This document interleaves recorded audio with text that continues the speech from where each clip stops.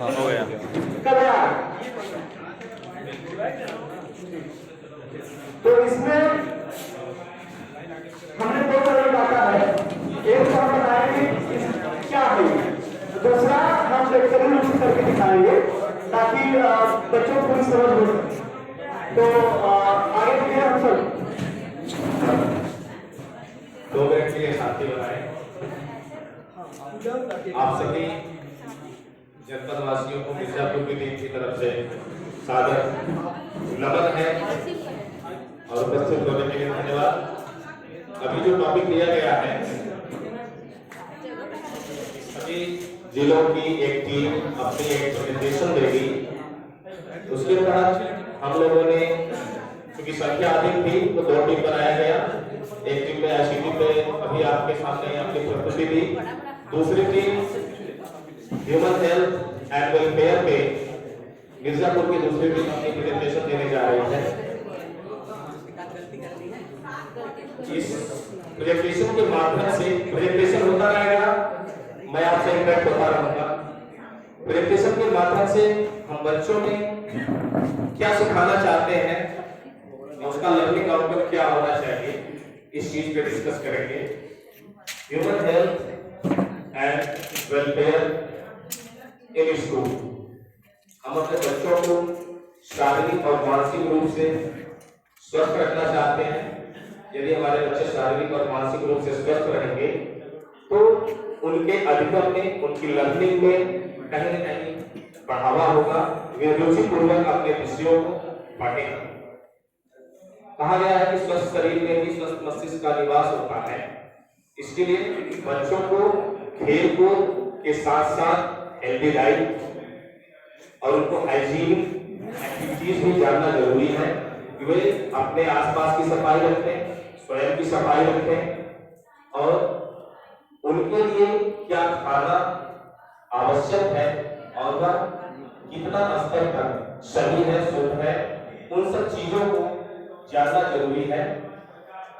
उसके अंतर्गत सबसे पहले आप लोगों के बीच में एक्टिविटी कराई जाएगी जो शायद सभी विद्यालयों में प्रतिदिन की जाती है। रविकांत सर इसको प्रस्तुत करेंगे। बच्चों को पीटी कराया जाता है। प्रेयर के बाद, कहीं कहीं प्रेयर के पहले, कहीं कहीं प्रेयर के बाद पीटी कराई जाती है ताकि बच्चे मेंटली अपने आप को अधिगम के लिए तैयार कर रहे। रवि सर का thank you sir. Thank you Siddharth Nagar और सोनभद्र साथ देने के लिए। और हमारा प्रस्तुति है कि कैसे हम विद्यालय में इसको प्रयोग करेंगे।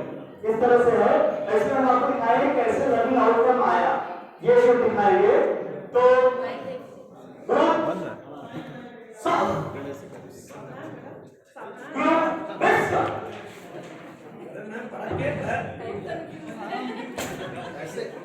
कोई हंसेगा नहीं।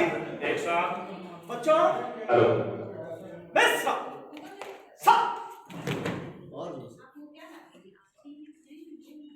मुट्ठी बंद होनी चाहिए, सामने देखिए। हम बच्चों को बताएंगे कि वो हेलो हेलो बहुत बढ़िया। सिखाने में कुछ त्रुटियां होंगी। अब हम आपको पीटी पहले करके दिखाएंगे, फिर आप करेंगे, ठीक है? सभी के लिए विश्राम। ध्यान में रहे कि जब लीडर पीटी कराएगा सिखाने के लिए, तब आप विश्राम की अवस्था में उसको देखेंगे। क्लियर हुआ बच्चों? विश्राम में पैर खुल जाता है और हाथ पीछे रहती है। आप पैर खोलिए और हाथ को पीछे देते, इस तरह से रहेगा, ठीक है? अब बिल्कुल रिलैक्स करिए। विश्राम मतलब होता है आराम से देखना, ठीक है? चलिए सब पहली पीटी एक, आप सिर्फ देखेंगे। 2 3 4 5 6 7 8 7 6 5 4 3 2 1। आप लोग के लिए सब आपने समझ गए? आप लोग आपको इसी तरह अभी ये टीचिंग ठीक है? बच्चे सीखते हैं, उसका लर्निंग आउटकम किस बच्चे से उसका कम्युनिकेशन होगा। पूछ सकता है। आप ग्रुप मिश्र पहली पीटी प्रारंभ। अभी सर ने करके बताया, बच्चे सीखे, अब वो कर रहे हैं। बहुत बढ़िया। जो सिखाना चाहते हैं बच्चे उसे कितना एक्सेप्ट किए हैं, दैट इज लर्निंग आउट। 3 4 5 6 7 8 8 7 6 5 4 3 2 1 विश्राम। आप में से कोई कराना चाहेगा? आ जाइए।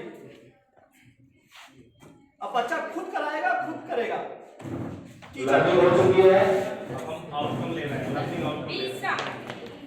सावधान। यहाँ जो रहेगा वो नहीं करेगा, क्यों करवाएगा? हाँ, आपको बोलेंगे। पहली पीटी प्रारंभ।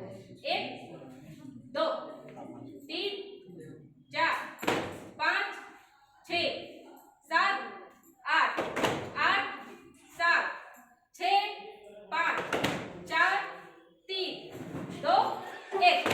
बहुत बढ़िया, बहुत अच्छे बच्चे। ड्राइंग अच्छे होने का।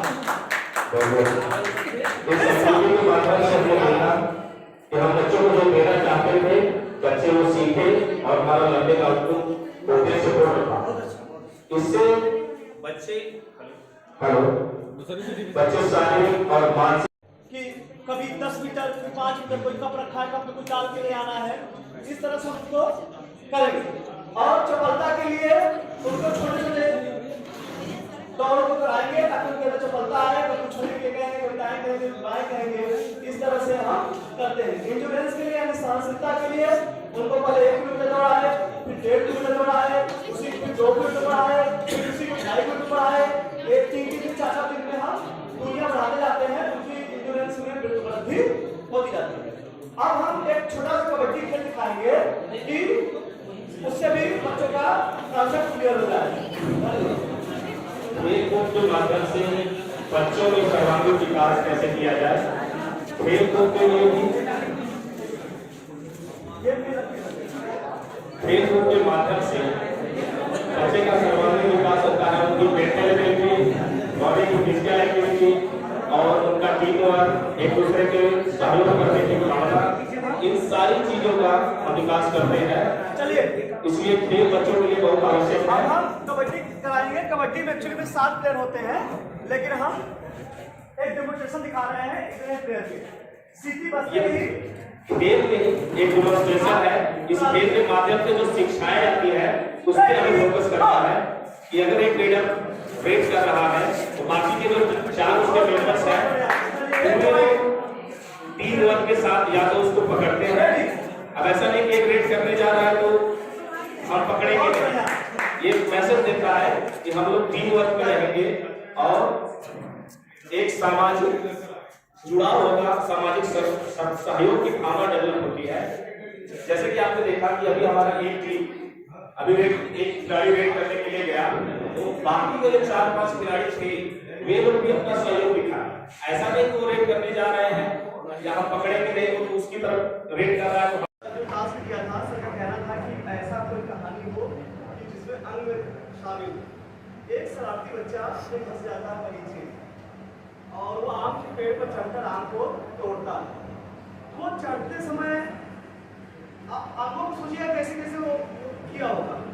तो वो आम तोड़कर घर आता है तो जो बगीचे का मालिक होता है, तो बगीचे का मालिक घर शिकायत करता है कि आपके बच्चे ने मेरा आम तोड़ा।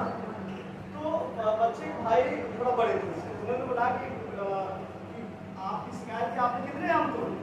तो उसने बताया कि हमने इतने आम तोड़ लिए। उन्होंने कहा इतना छोटा सा बच्चा इतने आम तोड़ लिया, तो इसका मतलब इसके जो अंग है, चाहे पैरों का हो, चाहे हाथों का हो, चाहे उसके चपलता हो, चाहे चंचलता हो, तो उन्होंने क्या किया, उसको ग्राउंड में ले जाते हैं। किस ग्राउंड में ले जाते हैं? जहाँ ज्यादातर अंगों के प्रयोग किए जाते हैं। जैसे कोई भी खेल है तो आपके सारे अंग फिट होने चाहिए, चाहे आंख हो, चाहे हाथ हो, चाहे पैर हो, चाहे आपके हर चीज हो, उन्होंने किया क्या कि उसे क्रिकेट ग्राउंड में ले गए। जब क्रिकेट ग्राउंड में ले गए तो उन्होंने अपने अंगों का प्रयोग कैसे, बल्कि क्रिकेट के ग्राउंड में ले गए। क्रिकेट खेलने के लिए आपने देखा होगा कि बल्लेबाज 150 स्पीड से बॉल खेल रहा है। सोचिए 20-12 मीटर की दूर से बॉल आई, आप सोचिए, लेकिन वो कहते हैं कि रोहित शर्मा के पास बहुत समय है या सचिन तेंदुलकर के पास बहुत समय है, गेम को पुल कर देते हैं। उन्होंने क्या किया, सारे प्रयोग हो गया, हाथों का, आंखों का, दोनों की सामंजस्य का, आंखों की और हाथों की सामंजस्य का, बॉल निकली तो चला वो बच्चा क्या बन के निकला, वो बच्चा बन के निकला सचिन तेंदुलकर। ठीक है, स्नेहिल, रवि, प्रदीप एंड विवेक, हम लोगों ने मैम के रूबीना's क्लास को द लर्निंग लैब का भी नाम दिया है। मैम एक्सपेरिमेंट करती रहती है, so kudos to ma'am. Mapping of learners outcome was my first motive कि हमें हर टीचर को, every teacher should concern about the mapping of learners outcome, जो मैम ने बहुत बार एम्फेसाइज किया कि इनसाइड क्लासरूम हमें इसको मैपिंग कंटिन्यूसली करते रहना है एंड स्टेप वाइज करते रहना है। फिर हमें उस ग्राफिकल रिप्रेजेंटेशन पर भी फोकस करना है कि कौन से 2 या 2 से ज़्यादा लर्निंग आउटकम एंश्योर हो पाए। तो this is the I think basic key for the classroom practices. And secondly इसी में एड ऑन करते हुए लव यू फॉर एवर वाली जो स्टोरी थी that is based on relationship skill, तो मुझे बहुत पसंद आई। पर्सनल पॉइंट ऑफ व्यू से मैंने उसको अप्रिशिएट किया दैट स्टोरी गो थ्रू करने के लिए। And respect the mutual differences, ये भी मैम की बात है जो हमारे क्लासरूम में भी एनवायरो को इन्हांस कर सकती है और हमारे आसपास के लोगों के बीच में भी जो केओस है या जो एक ईगो क्लैशेस हैं वो इसकी वजह से नहीं होंगे। तो मुझे लगता है कि टीचिंग की तो बात हम सब करते हैं, but these are the key features जो हमें अपनी पर्सनैलिटी में इनकलकेट करना चाहिए। Thank you. जी thank you ma'am. Rubina ma'am class में हमने सीखा रीड अलाउड, मतलब मैम ने बताया कि किसी चीज़ को पढ़िए तो कम से कम 5 बार जरूर पढ़ें ताकि बच्चों को भी समझ में आ सके और आप भी उस चीज़ को समझ सकें। और तेज़ आवाज़ में, ऐसा नहीं कि बुद्धि में, ताकि आवाज़ भी साफ साफ हो, तेज हो, तो जाके बच्चों में ज़्यादा असर होता है। यानी हमने यही सीखा कि किसी चीज़ को खुद 5 बार पढ़िए और भी 5 बार पढ़ाने की कोशिश करिए ताकि बच्चे ज़्यादा सही ढंग से सीख सकें। धन्यवाद। आज के सेशन की सबसे अच्छी बात लगी रीड अलाउड से संबंधित ये कोट्स है। Reading is not an elective in our life but necessity, यानी कि रीडिंग जो है एक विकल्प के तौर पे आप इसे मत लीजिए, इसे आप इसे जरूरत मान लीजिए। Thank you. I think last but not the least, success is like a journey where every step counts. ये सर की तरफ से है। लर्निंग इनहांस से मतलब है इसका, सक्सेस का मतलब learning enhance of a student is like a journey where every step is counts. वो हमने सीखा है मैम से। जो सबसे बड़ी बात, ये सारी चीज़ें हम लोगों को दिखी, वो डॉक्टर APJ अब्दुल कलाम की मुझे वो लाइन याद आ गई, जो बेसिक जो एजुकेशन है उसको इन्हांस करने के लिए, if a country is to be corruption free and become a nation of beautiful minds, I strongly feel that there are 3 key societal member who can make difference. They are father, mother and teacher. Thank you. आपसे हम लोगों को मिला यहाँ ऐसे।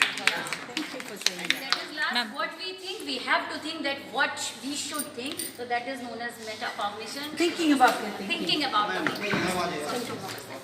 Law of Cats.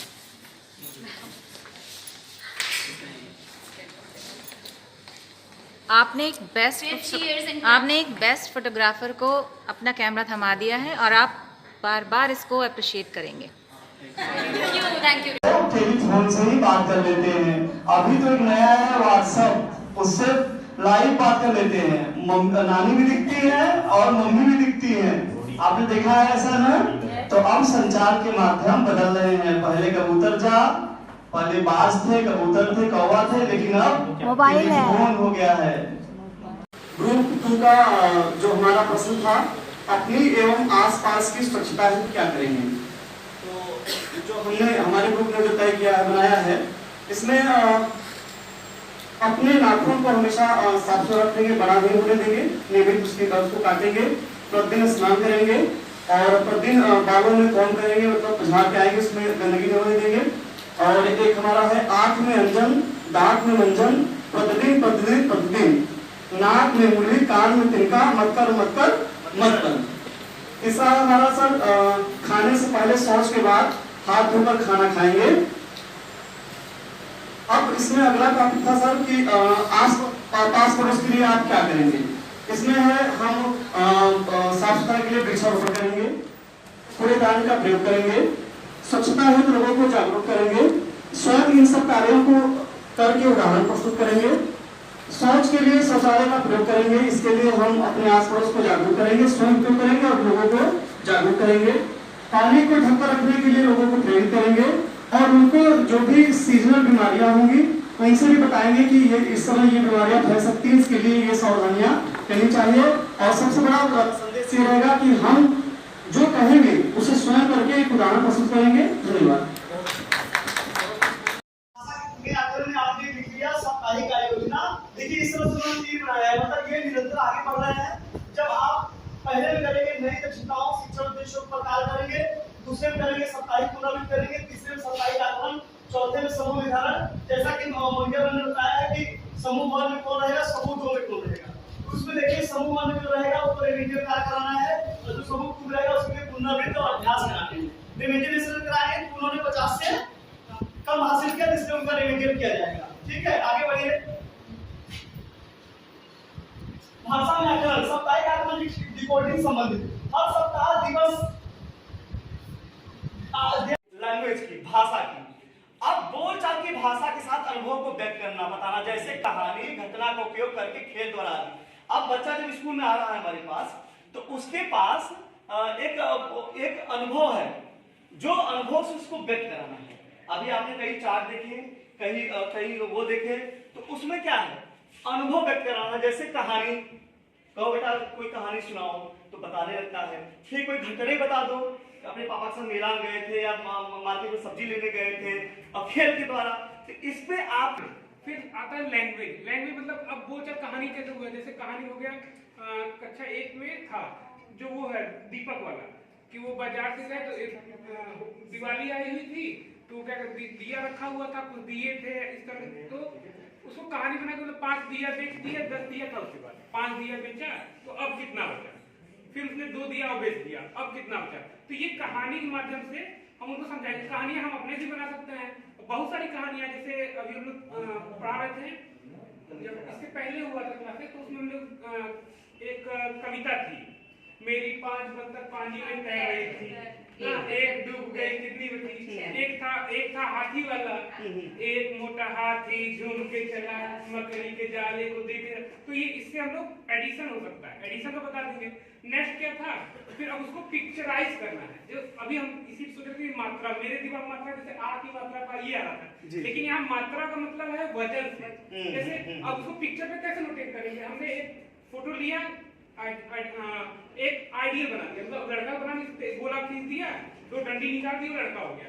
उसी में गोला बना दिया 4, 1 2 3 4 पिक्चर में, तो वो बड़ा बड़ा गोला गेंद रख दिया, 4 हो गया। फिर अगले बगल में 4 गेंद रख दिया, तो अब पूछ लिया कितना हो गया। ये तीसरा स्टेप है पिक्चर का, तो वो बता दें 8 हो गया। अब यहाँ 3 स्टेप हो गया, मतलब हमने एक्सपीरियंस का यूज कर लिया खूब बढ़िया से, लैंग्वेज उसका यूज कर लिया, कहानी में उससे बात किया, उससे पूछा, फिर आया पिक्चर में मतलब मात्रा दिखाया कि ये 4 इधर है 4 इधर, अभी लिखा नहीं हमने।